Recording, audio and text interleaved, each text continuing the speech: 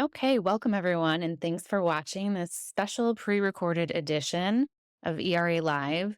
This session's topic will be an AI update on new AI tools for business, including new features from ERA's SearchLink.ai.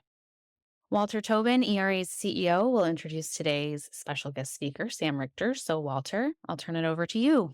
But thank you, Claire. Good morning, everybody. We are once again honored to have Sam, one of our great recognized experts in our industry on all things around artificial intelligence.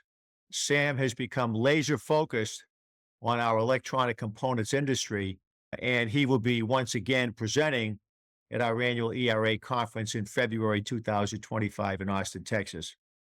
He is also the father and inventor of our SearchLink.ai, and we are once again excited to have Sam give us an update on some exciting new features of our tool and then some general developments on artificial intelligence. So, Mr. Richter, it's all yours. Hey, thank you so much. It's great to see everybody again, at least virtually, and really excited to show off some new features. One of the, as you probably all know, one of the challenges with artificial intelligence and specifically generative AI is it's changing so quickly. For those of you who've seen a webinar from me in the past or attended a program in the past, I would bet that 70% of what I share now is brand new, which also means I'm creating a bunch of really cool tools for all of you. So that's what this is all about, is to give you a quick update. I'll give you an overview of some of the tools that have been around since the beginning, but we'll be spending most of our time on the update of some of the new tools. Now, remember, this is only available to members. So you have to be a member, and then you have to upgrade to the SearchLink program. You could talk to Claire or Walter or anybody on the membership team on how to do that. But once you're logged in to era.org, on the main navigation, you'll see ERA SearchLink, and this will open up the tool. And you'll notice that there's a main navigation right here, and then a sub-navigation. So let's go through all of these. So sales prospecting is where it starts, since nothing happens in our world unless we're prospecting. And what this is doing is it's running about anywhere between 300 and 800 simultaneous LinkedIn searches to find the right people that we care about in our industry at a company. So you could certainly do what I'm about to do in LinkedIn, but it would take you minutes, or certainly probably even more likely hours. So I can type in a company like Raytheon. I can choose a seniority level. So let's say managers, and I can go just click on the button. And this is in a fraction of a second going to run, like I said, 300 to 800 simultaneous LinkedIn searches. You can click on any of the person's functions, job function. What's going on here is the AI is actually looking for different synonyms that would lead us to believe that's the correct job function. So quality engineers, and now you'll get this once in a while. It's just basically Google and LinkedIn saying, hey, are you sure you're human? Because I don't know any human that can do 800 simultaneous LinkedIn searches. So you're not in any trouble. Just click on that. And again, you can click on the various tabs to find the people that we care about. Purchasing is a good example of the AI in action. You could go into LinkedIn and type in Raytheon purchasing, and you'd get purchasing people, but you would probably not get Stosh because he's in supply chain, procurement. And so the system is smart enough to know the different synonyms of a particular word. We're going to leave this up because I'm going to use it in just a bit. Also under sales prospecting is company research. You can search for companies by employee size, revenue size, a NAICS code search. Classified business will find minority-owned businesses, women-owned businesses, and then trigger events. So this is all about finding what's going on at a company or an industry where something's going on in their world that might mean to contact you today. So for example, electronics hires and promotions, do the same search here on Raytheon. This doesn't give me all the employees. It just gives me the employees who've been hired in the past 1 to 4 months. We know that statistically, if we reach out to somebody who's been hired in the past few months, they're much more likely to be open to a creative idea. Disruption events would be things like general news, funding, new contracts, agreements, mergers, acquisitions, and those sorts of things. RFPs, patent search, and government contracts. Contact information. So you are probably familiar with the contact info plugin.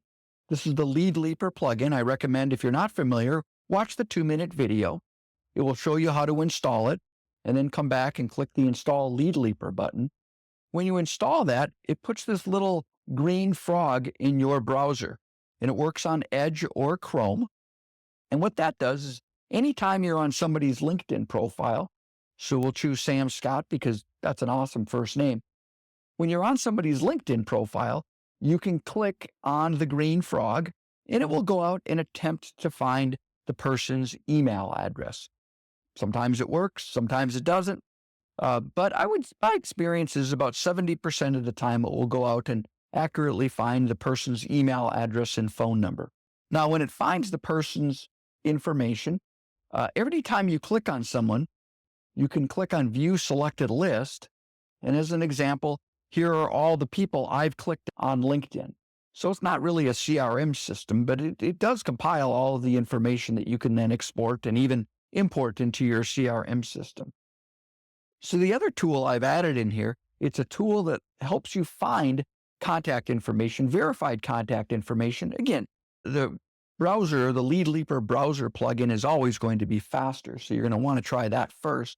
But for the times it might not work, you can go into the email, phone, and address finder. I'll use me as an example.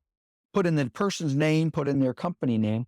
And what this is going to do, the system is trained to go out and look for verified attendee lists, business directories, membership directories, where the individual's name may have appeared. And so it's going to find it. So this time it found a verified email address for me. Now, for the times that it doesn't find a verified one, it will go out and attempt to, for lack of a better term, guess what it is based on an email pattern. But what I like this a little bit better than the Froggy is it will look to find those verified ones. And then you can also go in and say, yeah, you know what, I'd like the person's phone number and email or physical address. And it will go out and attempt to get, again, a verified phone number and a verified email address. Using the Lead Leaper frog when you're on someone's LinkedIn profile is going to be faster, but for the times maybe you need some additional information, it'll also give you the contact information on their web page. You can easily use the email address and phone finder. News search, just as the system says, there's general news. You can go in and search for information on a company. And extended news, I'll use myself as an example on the difference between the two. So I've been interviewed a few hundred times, but Google News doesn't really look at the local newspapers and trade journals. So I know I've been interviewed more than once, that I know for sure. So extended news is my own news search engine where it will go out and, geez, that's more like it, the 1,700 times. And you can also sort and search for press releases, blog posts, social media posts, videos, and podcasts. So we always want to default to Google News because that's going to be the most current. But for those times where you're looking for a trade journal, industry journal, or even local newspapers, you might want to click on extended news. Electronic news. So consider this your own electronics, I guess, library, where it's not searching all of the publications in the world or everything on Google. It's searching the few hundred electronics, verifiable, objective, credible publications in the electronics industry. Now, read the instructions pretty carefully in the form fields here, word and headline versus word and article. So if I put a word in the headline, let's say I put in EV batteries, I'm saying I have that phrase exactly as it's spelled must appear in the headline. And so we only get 69 results. But again, notice that they're all coming from credible, objective electronics publications, but the phrase EV batteries has to be in the headline. So that means you'll get much more relevant results, but obviously much fewer. So if I pop it over here, so I'm saying now the phrase has to be somewhere in the article. It will also be in the headline and a few of them, of course, but now it's in the article and we get many more results. So that's the difference between in the headline or in the article. There's some additional resources. You can search for online documents, and I've added some new ones in here. So, for example, I can go in and I'll just type in electronics, I can choose a document type. So PDF files, Word documents, spreadsheets, PowerPoints. So for example, if I wanted to find spreadsheets with the word electronics somewhere in the spreadsheet, you get hundreds, if not thousands, if not tens of thousands of them. I can also go text files, but here's where it gets interesting. Annual reports, SEC documents, price sheets. So find me price sheets with the word electronics in it. And find me even recent RFPs with the word electronics in it. And annual reports, you can do the same thing, put in a company name, those sorts of things. SEC documents. So for example, if I put in, let's use our Raytheon again. If I did annual reports, it will pull up the Raytheon annual reports. And if I did SEC documents, it will pull up those documents. So those could sometimes give you insight about what's going on at a company. And then we also have online lists. So you can go in and search for contacts and documents, spreadsheets, membership directories, attendee lists, chamber lists, and donor lists. So those are all in here. And there's even a recruiting engine. So this is looking for different words on someone's social media profiles to tell us that they might be open to a job. Not guaranteed, but here, I'll show you. So sales, somebody with sales experience and electronics experience located in Dallas or Houston. Find people that might be open to opportunities. So seeking opportunities. So you'll find looking for a career. So it's a little bit more expansive than what you might get in some other recruiting type tools. Okay, so that's the base engine. Now I want to show you a lot of the cool new tools that I've added. GPT tools. ERA GPT Ask a Question. So this has been trained on millions of documents related to best practices on electronics, on your industry, on any industry, and also on being a business, running a business. So operations, sales, marketing, HR. Now I built this system. It's been in here for a while, but I recently upgraded it to put in, I call it deductive reasoning, meaning it will actually determine the type of question that you might have. So I might say, what is the market for EV batteries? And if it needs additional information, it'll ask you for it. But otherwise, it'll just answer the question, just like you might get using, say, ChatGPT. But this time, the system feels it has enough information to just be able to answer the question for you. Now, I've also trained it to always cite the sources, because regular ChatGPT will make up things sometimes. I really want this to be a tool that doesn't make up anything.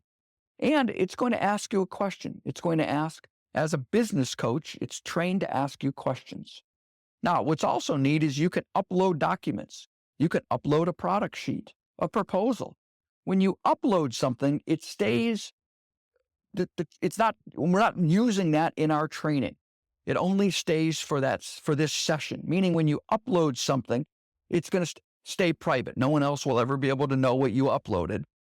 But you can ask it to analyze a proposal, analyze a presentation, because that's where this tool really excels, in a more complex question. So I can go in and really ask it anything. Give me a creative idea for a trade show booth. I am looking to hire a new salesperson. Any advice? This will actually act as a business coach. And it's iterative.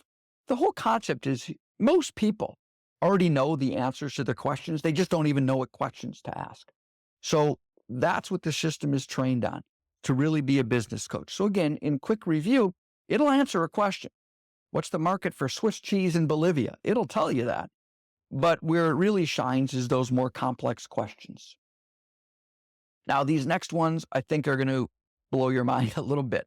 They're a little scary. Company analysis. So I'm going to go in and do a company analysis. I recommend all salespeople do 5 minutes before a Zoom call, 5 minutes before an in-person meeting. This works great on mobile. Make sure you understand what's going on in the other company's world. So I'll just use Raytheon.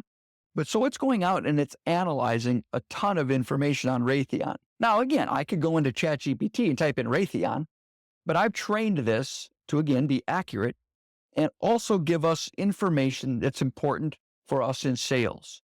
You're not going to get company corporate ethos and strategic vision, market presence and growth, employee reviews, core audiences, brand messaging, personality and voice, visual identity, key competitors, and even a SWOT analysis.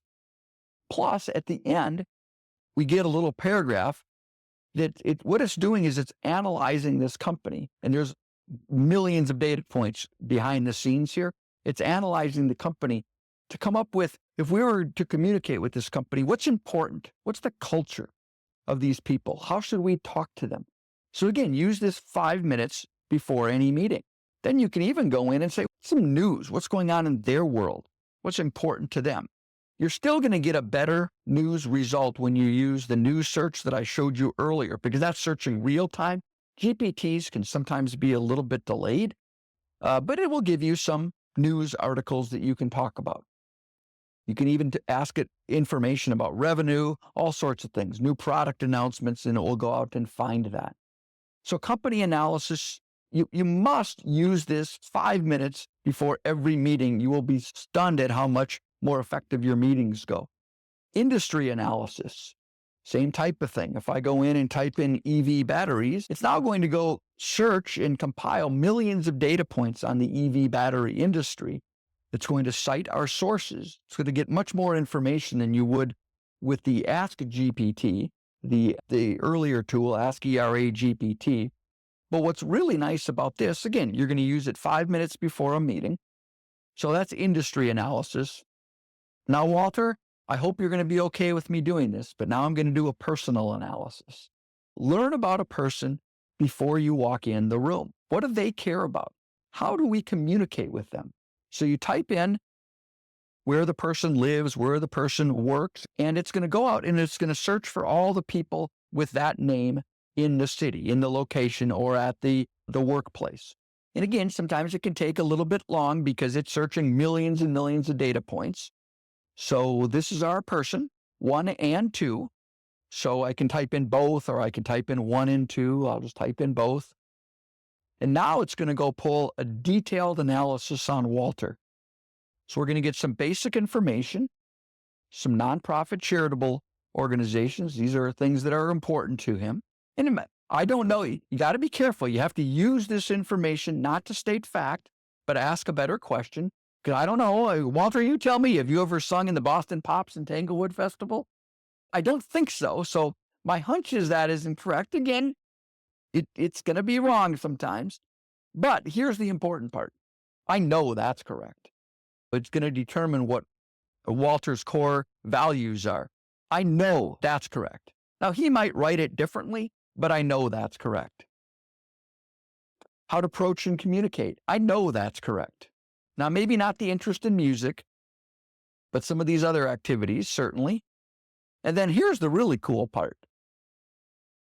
The different personality analysis. And if you go through these, again, what I know about Walter, these are correct. I'm a little worried. Do you have low neuroticism? I'm not even sure I know what that means, but we'll see. You guys probably have a better opinion on that.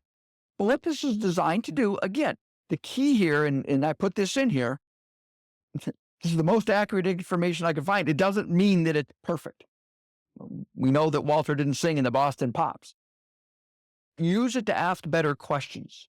And use it to think about, like if you were to do, my wife is a very successful therapist. She runs a nonprofit.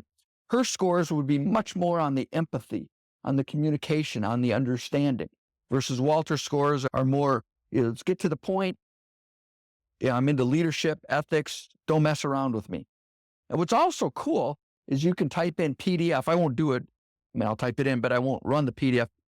But it will create a PDF file of this entire, I guess, analysis that you can print out, take with you on the road, get what you want. And by the way, that will work on any of my GP2 tools. You can email it to yourself. You can email a transcript, or you can get that PDF file.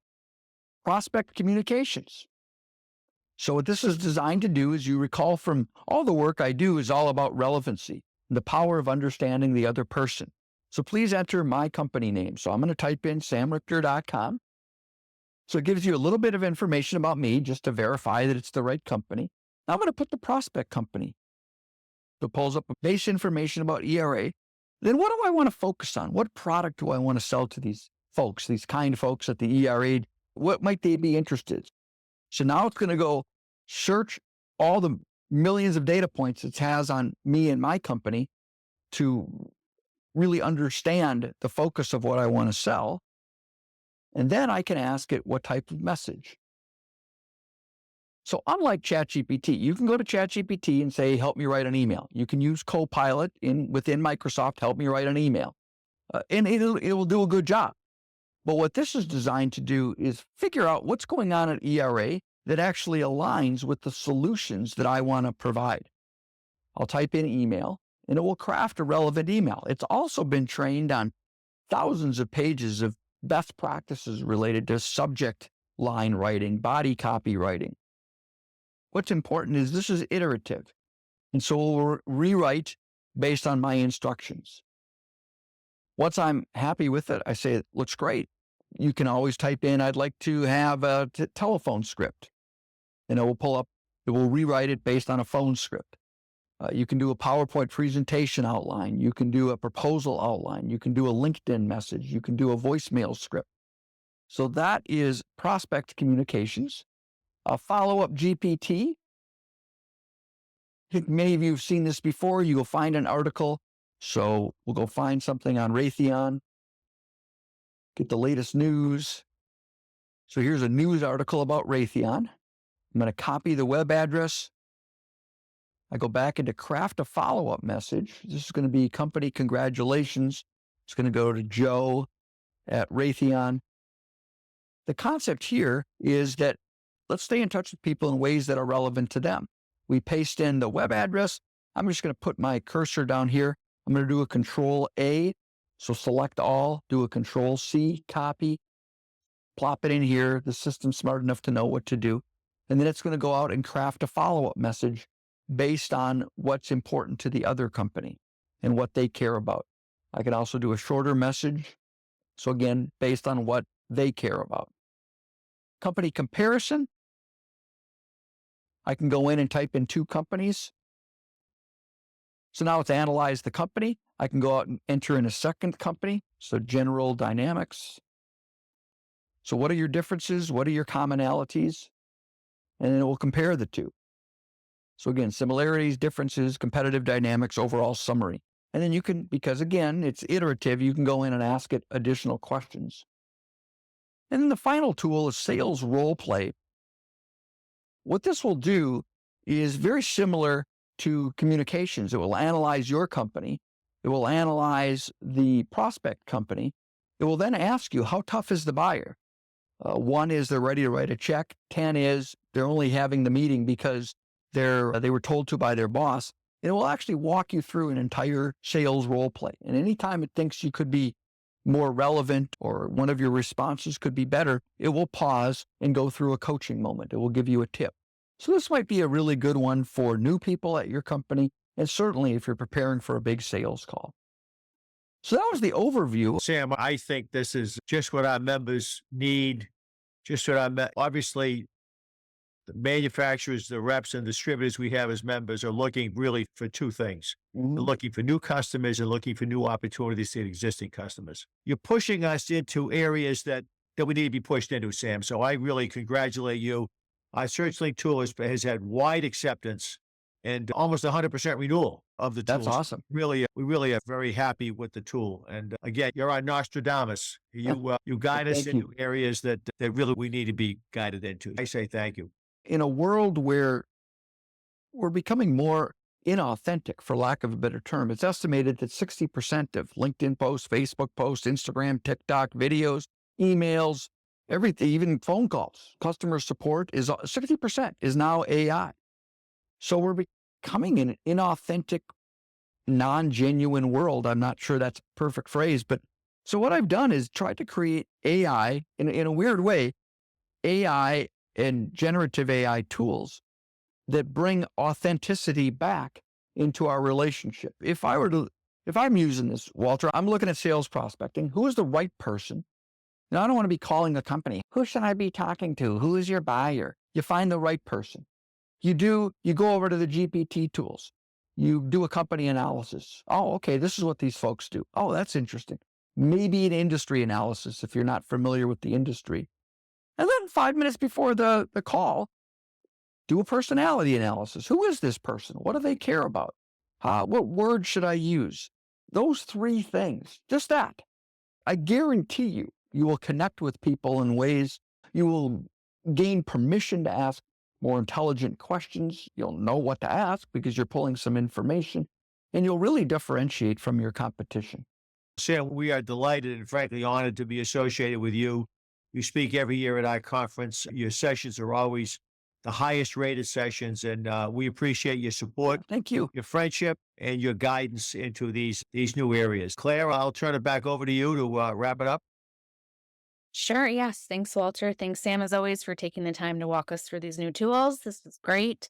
If anyone has questions on how to sign up for SearchLink or any questions on your SearchLink account, you can contact me directly. And then I'll put in the comments on this video, I'll put some more information about signing up as well. So thanks for watching and have a great day. Thanks, everybody. Thank you. Thank you.